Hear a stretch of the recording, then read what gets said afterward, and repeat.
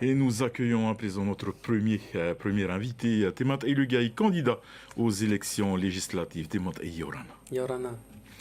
Alors, Temat, vous êtes député sortant. Je voulais savoir ce soir ce que ça vous a fait lorsque le président de la République a donc annoncé la dissolution de l'Assemblée nationale.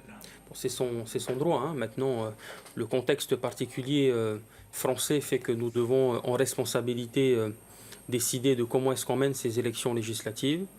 C'est un contexte où il y a une montée de l'extrême droite au niveau national. Et même si, pour beaucoup de Polynésiens, parce que le statut d'autonomie de la Polynésie fait que nous avons des compétences qui sont dans l'ensemble des préoccupations des Polynésiens, lorsqu'il y a une montée de l'extrême droite aussi importante à l'échelle française, nous ne pouvons pas ne pas être alarmés et combattre l'extrême droite. Nouvelle élection, nouvelle campagne avec des déplacements dans les quartiers de Tahiti, de Moorea, dans les îles, des meetings tard le soir et des plateaux radio tôt le matin. Qu'est-ce qui vous donne la force de continuer ? Il y a d'abord une promesse, un serment qui a été fait en 2022 auprès des Polynésiens qui nous ont fait confiance et je les remercie d'avoir par deux fois renouvelé cette confiance, notamment l'an dernier aux élections territoriales. Mais cette petite parenthèse me permet de rappeler l'élection dans laquelle nous sommes. Nous sommes dans des élections législatives partielles avec un contexte particulier.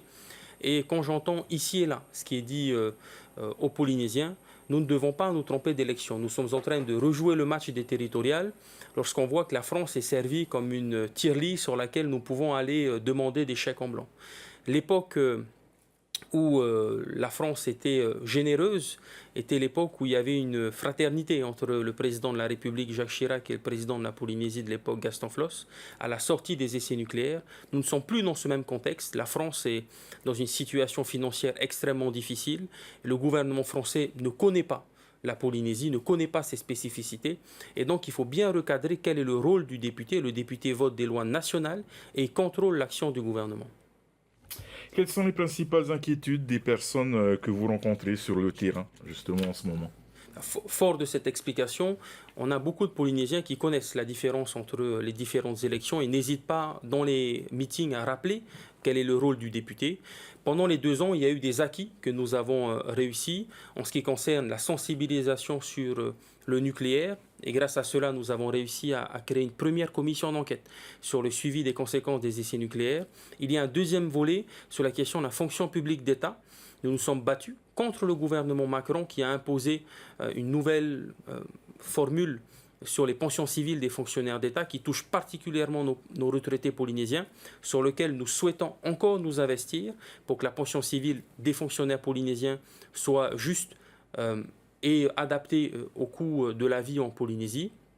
Et il y a tout le volet institutionnel des acquis que nous avons eu dans la négociation d'un rapport de force pour sensibiliser les parlementaires français sur l'importance de la protection du foncier et de l'emploi, qui aujourd'hui n'est pas acquis dans notre statut d'autonomie, qu'il faut faire évoluer, notamment sur la question de la citoyenneté. On l'appelle comme on le veut, mais le principe, c'est qu'on puisse identifier le peuple spécifique qui existe en Polynésie, quel que soit le nom qu'on lui donne, et c'est lui qui pourra jouir des acquis de protection de l'emploi et du foncier. Et si vous êtes réélu, quelles seront vos priorités à l'Assemblée nationale, des dossiers que vous avez déjà portés, je suppose ? Oui, et puis je pense qu'il faut être très clair avec les Polynésiens.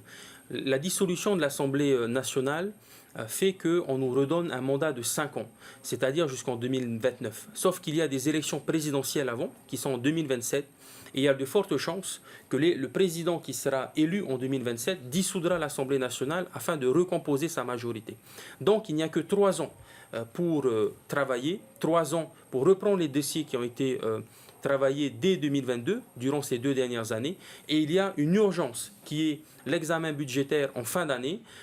J'ai eu la chance d'avoir été nommé par mes collègues rapporteurs du budget Outre-mer. Nous devons continuer, et avec le gouvernement polynésien, nous sommes déjà en train de discuter sur le 3e instrument financier, par exemple, ou d'autres dispositifs budgétaires que nous devons, dès l'issue des élections législatives, porter au niveau national. En 2022, peu de temps donc après votre élection, vous avez porté le combat du Tavenir Attira à l'Assemblée nationale pour l'accession à l'indépendance. En cas de réélection, vous allez privilégier les besoins du peuple mahoui ou le combat politique du Tavenir Attira. Alors c'est la même chose, hein. Lorsque j'ai été élu, ma première intervention était la question de la précarité étudiante. Et ensuite, je me suis beaucoup investi sur la question de l'accès à l'eau.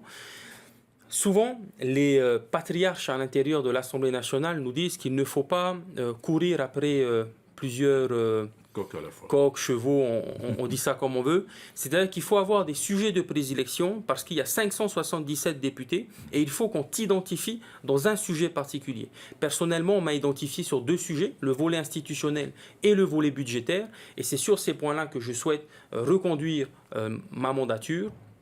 Ensuite, le volet institutionnel, comme je l'ai dit, il y a des acquis de sensibilisation sur lesquels nous nous sommes intéressés et nous avons réussi à faire en sorte que les parlementaires français soient au fait de ce besoin d'évolution statutaire. Et ce que je regrette dans la nouvelle plateforme autonomiste, c'est qu'ils ne souhaitent pas d'évolution statutaire, alors qu'on le voit, l'évolution statutaire, quelle que soit notre vision d'une indépendance ou pas, est nécessaire parce que notre statut d'autonomie aujourd'hui bloque le développement de notre pays. Timothée Legaïc, ce sera ma dernière question. Il vous reste moins d'une minute. Tantôt, nous avons parlé d'écologie. C'est un enjeu majeur dans l'ensemble de la planète. Est-ce que vous comptez porter ce combat à l'Assemblée nationale également? Oui, on l'a déjà fait puisque je suis intervenu pour la création d'un moratoire sur la protection des fonds marins. Et dans le programme que nous défendons, nous souhaitons avoir un fonds d'investissement identique à la péréquation qui est proposée pour qu'il y ait un lissage du prix d'électricité dans les Outre-mer. Nous ne souhaitons pas que la France investisse dans du fonctionnement, comme on le voit dans divers programmes politiques, mais nous souhaitons que la France nous accompagne dans l'investissement, et c'est le cas dans le cadre de la transition écologique. Merci beaucoup, Timothée Legaïc, d'être venu sur ce plateau. Merci. Maruru.